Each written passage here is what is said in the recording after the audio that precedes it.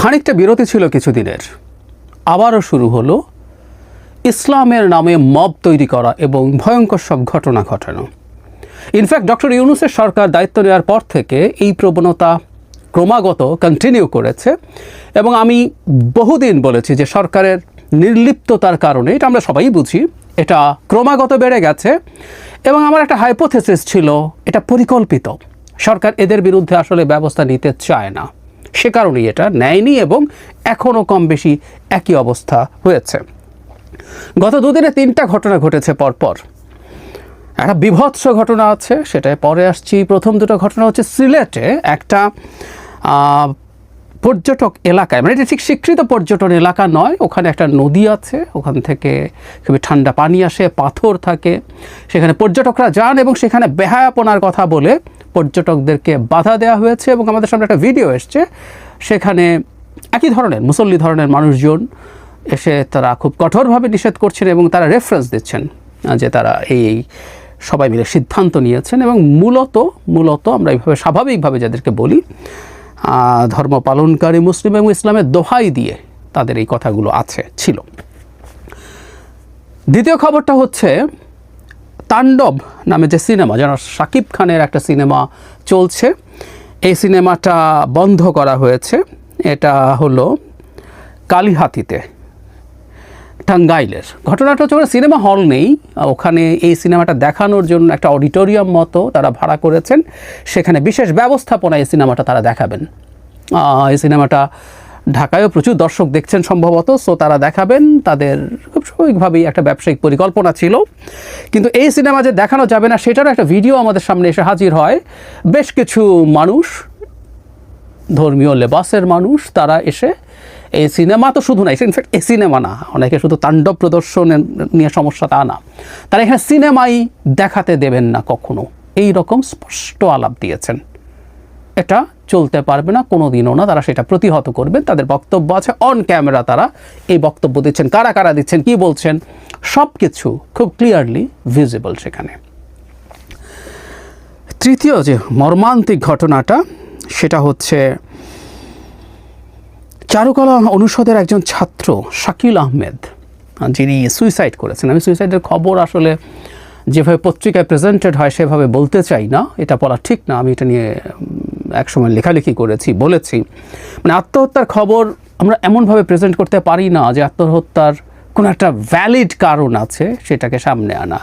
যে ঘটনাটা অল্প একটু করে বলা দরকার যে তিনি একসময় কয়েক মাস আগে ধর্ম অবমাননাকর কোনো একটা মন্তব্য বা কমেন্ট করেছিলেন কোনো একটা স্টেটাসে, পরে তিনি সেটা ভুল বুঝে ডিলিটও করে ফেলেছিলেন।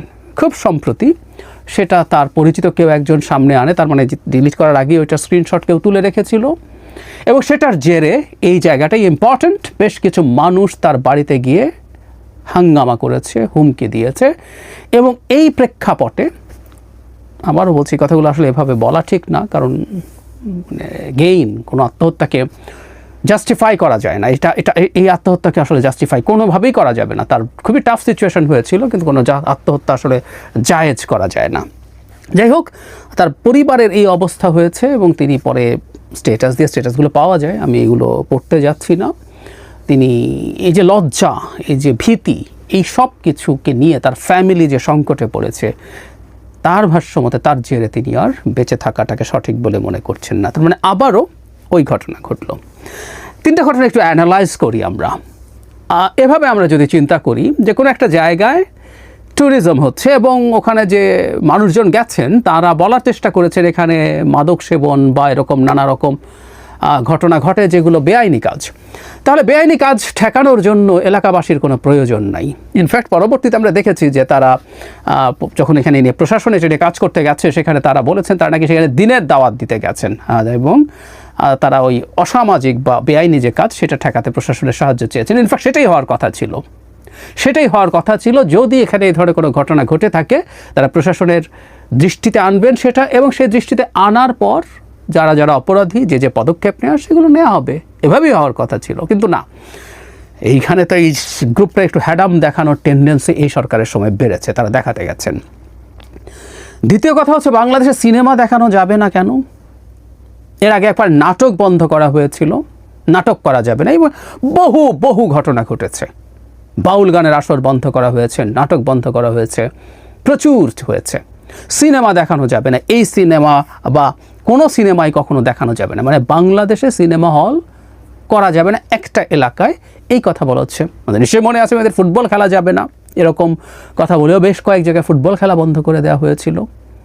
ওগুলো যেহেতু তেমন কিছু করা হয়নি, তাই মানে কোনো কোনো জায়গায় এগুলো আবার করানো হয়েছে, কিন্তু শাস্তিমূলক ব্যবস্থা নেওয়া হয়নি। এই যে এই কাজটা করা হলো, যারা এই ব্যবসাটা করতে গেছেন, পত্রিকায় পড়লাম, তারা খুবই ক্ষতির সম্মুখীন হয়েছেন, কারণ তারা এই অডিটোরিয়াম ভাড়া করা, যারা সিনেমাটা আনবেন তার জন্য পে করা মিলে তারা অলরেডি যথেষ্ট পরিমাণ খরচ করে ফেলেছিলেন। কিন্তু প্রশ্ন ওইটাই, বাংলাদেশে কি সিনেমা দেখানো নিষিদ্ধ? বাংলাদেশে সিনেমাকে কেউ জোর করে দেখাতে দেব না বলতে পারে? এটা ভয়ঙ্কর বেআইনি কাজ, এই মব তৈরি করা। কিন্তু কিছু ব্যবস্থা নেওয়া হয়েছে, ওই যে বললাম, অন ক্যামেরা কথা বলছেন সবাই, কারো বিরুদ্ধে কিছু হয়েছে? হয়নি। একই কথা প্রযোজ্য, কেউ একজন যদি ধর্মীয় অবমাননাকর মন্তব্য করেন, সেটার জন্য আবারও একই কথা, রাষ্ট্রীয় আইন আছে, আইন অনুযায়ী ব্যবস্থা নিতে হবে। এই প্রবণতা আগেও ছিল, মানে বেশ আগে, আমি এই সরকারের কথা বলছি না। মানে কেউ একজনকে নাস্তিক ট্যাগ দিয়ে তার বিরুদ্ধে যে কোনো কিছু করে ফেলা যায় আমাদের সমাজে, এটা একটা স্টেটের লক্ষণ না। আমি আবারও বলছি, এটা স্টেটের লক্ষণ না, এটা একটা মগের মুল্লুকের লক্ষণ, যে আমার মনে হয়েছে কেউ একজন নাস্তিক, বা যদি সেটা হয়েও থাকেন, তাকে আমি যে কোনো কিছু করে ফেলতে পারি। এটা মগের মুল্লুক। আর এখন তো মবের মুল্লুক, এখানে মব তৈরি হয়, মব তৈরি করে যে কোনো কিছু করা যায়। যে পরিমাণ চাপ সেই পরিবারের উপরে তৈরি করা হয়েছিল, তার রেজাল্ট যেটা হলো বিভৎস। তিনটা ঘটনা খুব অল্প সময়ের মধ্যে হয়েছে। আমরা এই প্রশ্ন করতে পারি যে খানিকটা সরে এসেও হঠাৎ করে আবার কেন শুরু হলো এটা? আমি মনে করি, আমি প্রথম থেকে একটা কথা বলার চেষ্টা করেছি, এই ধরনের লোকজন, এবং তারা একটা টার্ম ব্যবহার করেন, তৌহিদি জনতা। এই যে তৌহিদি জনতা ডেরোগেটরি বানিয়ে ফেলেছেন। তৌহিদি জনতা, তৌহিদ শব্দটা ইসলামের জন্য অত্যন্ত গুরুত্বপূর্ণ ব্যাপার, তৌহিদি জনতা অত্যন্ত বড় ব্যাপার। কিন্তু কথা হলো, তুচ্ছ ঘটনা ঘটানোর জন্য নায়িকা শোরুম উদ্বোধন করতে যাবেন, জাস্ট তৌহিদি জনতা নাম দিয়ে কিছু পোস্টারিং করে দিলে হলো। অন্তত 3 জন নায়িকাকে বাধা দেওয়া হয়েছে এবং তারা যেতে পারেননি তাদের করার জন্য, শোরুম উদ্বোধন করার জন্য। সো এই ঘটনাগুলো ঘটানো যায়, এটারকে সরকার আসলে কোনো দিনও কঠোরভাবে নিয়ন্ত্রণের চেষ্টা করে না। কঠোর বলতে এটা বোঝাচ্ছি, যেটা বন্ধ হয়েছিল সেটা আবার একটা খেলা বন্ধ হয়েছে, আবার খেলাটা হওয়ালাম না। খেলা যখন বন্ধ হচ্ছে, সেখানে অন রেকর্ড কিছু মানুষ কথা বলেছে যে সারা বাংলাদেশে খেলা হতে পারবে, আমার এখানে আমরা হতে দেব না। এই যে আস্ফালন, স্টেটের বিরুদ্ধে দাঁড়ানো, এগুলোর বিরুদ্ধে তো ব্যবস্থা নিতে হবে, নেওয়া হয়নি তো। আমি শুরু থেকে বলছি, সরকারের একটা অংশ মাঠে একটা ফোর্স চায়, যারা এই ফোর্সটাকে মাঝে মাঝে ব্যবহার করবে। কিছুদিন আগে ব্যবহার করেছিল আওয়ামী লীগ নিষিদ্ধকরণের জন্য, যখন এনসিপির পেছনে আর লোকজন দেখা গেল না, তখন জামায়াতের একটা অংশ ইনফর্মালি গেছে, শিবির গেছে, এবং এই যে গ্রুপ, বিভিন্ন রাজনৈতিক দল এবং ইসলামিস্ট গ্রুপ, তারা গিয়ে হাজির হয়েছে। আমি প্রথম থেকে একটা কথা বলে আসছিলাম, এখনও বলছি, নির্বাচনের তারিখ এবং নির্বাচন কি হবে না হবে, বা এই সরকারের ক্ষমতা এক্সটেন্ড করার কতদূর যাবে না যাবে, এটার জন্য মাঠে একটা ফোর্স সরকারের একটা অংশ রাখতে চায়। তারা মনে করছে, তারা ভাবছেন, সফল হবেন কিনা ইজ এ ডিফারেন্ট ডিবেট, কিন্তু তারা ভাবছেন বিএনপির বিরুদ্ধে মাঠে একটা ফোর্সকে তারা যদি লেলিয়ে দিতে পারেন, সেটা হচ্ছে এই গ্রুপটা। সে কারণেই তাদের কোনো ক্ষেত্রে সরকার আসলে কিছু করেনি, তাদের মাথায় তুলে রেখেছে, তাদেরকে লাই দিয়েছে বলে আমরা কথ্য ভাষায় দিয়েছে, কারণ সরকার মনে করে পদক্ষেপ নিতে গেলে চাইলে তাদেরকে আর ব্যবহার করতে পারবেন না। প্রথম থেকেই এই ঘটনাগুলো যখন ঘটছিল, তখন অ্যালার্মিং দিচ্ছিলাম যে যথেষ্ট পরিমাণ ঘটনা ঘটেছে। ফুটবলের খেলার কথা বললাম, বিভিন্ন নাটক, বাউল গান বন্ধের কথা বললাম, নারীদের শোরুম উদ্বোধন নিষিদ্ধ করার কথা বললাম, আমাদের বহু ক্ষেত্রে হয়েছে। তো এই ঘটনাগুলো যখন ক্রমাগত ঘটেছে, তখন একটা কথা হলো যে সবগুলো যদি আমরা একত্র করি, বাংলাদেশ অবশ্যই এই ধরনের ইসলামী এক্সট্রিমিস্টদের দখলে চলে যায়নি, যেভাবে ভারত পোর্ট্রে করার চেষ্টা করছে। কিন্তু যে পরিমাণ ঘটনা ঘটছে, এগুলোকে একত্র করলে ভারত তার ন্যারেটিভ এস্টাবলিশ করার স্কোপ পায়। একটা কথা বুঝতে হবে, বাস্তবতার ন্যারেটিভ এস্টাবলিশ করা কিন্তু একই জিনিস না। ইরাকে ওয়েপন অফ মাস ডিস্ট্রাকশন ছিল না, কিন্তু ন্যারেটিভ এস্টাবলিশ করা হয়েছিল, এবং তাতে ইরাকের কপাল শেষ হয়ে গিয়েছিল, তার কপালে মারাত্মক খারাপই হয়েছে। নিউ ইয়র্ক টাইমস ইনফ্যাক্ট সেই কারণেই রিপোর্ট করেছে, এরকম অনেকগুলো ঘটনাকে একত্র করে, যে এক্সট্রিমিস্টরা ওপেনিং দেখছে। তারাও বলেনি যে বাংলাদেশ এক্সট্রিমিস্টদের হাতে চলে গেছে, রাইটলি তারা বলেছে তারা ওপেনিং দেখছে। দেখবে না কেন? তারা যে কোনো কিছু করতে পারে। এবং যেহেতু কোনো না কোনোভাবে যদি এটাকে ধর্মের সাথে যুক্ত করে ফেলা যায়, অনেক ক্ষেত্রে আমরা অনেকে কথাও বলি না, সাহস করি না, ভয় পাই। আমি শুরু থেকে যখন এই ব্যাপারগুলো নিয়ে কথা বলছিলাম, ঝামেলায় পরিচিত।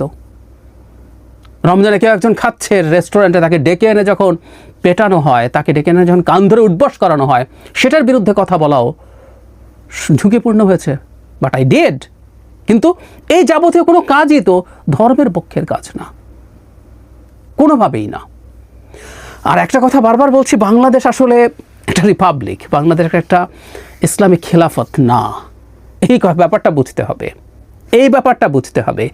কেউ যদি মনে করেন বাংলাদেশে শতভাগ ইসলামী শরিয়া কায়েম হবে, তিনি একটা শরিয়া রাষ্ট্রের চেষ্টা করুন, তিনি একটা শরিয়া রাষ্ট্রের চেষ্টা করুন, তিনি এখানে একটা ইসলামী বিপ্লব করে সেই ক্ষমতা দখল করে সেটাকে এনফোর্স করার চেষ্টা করুন।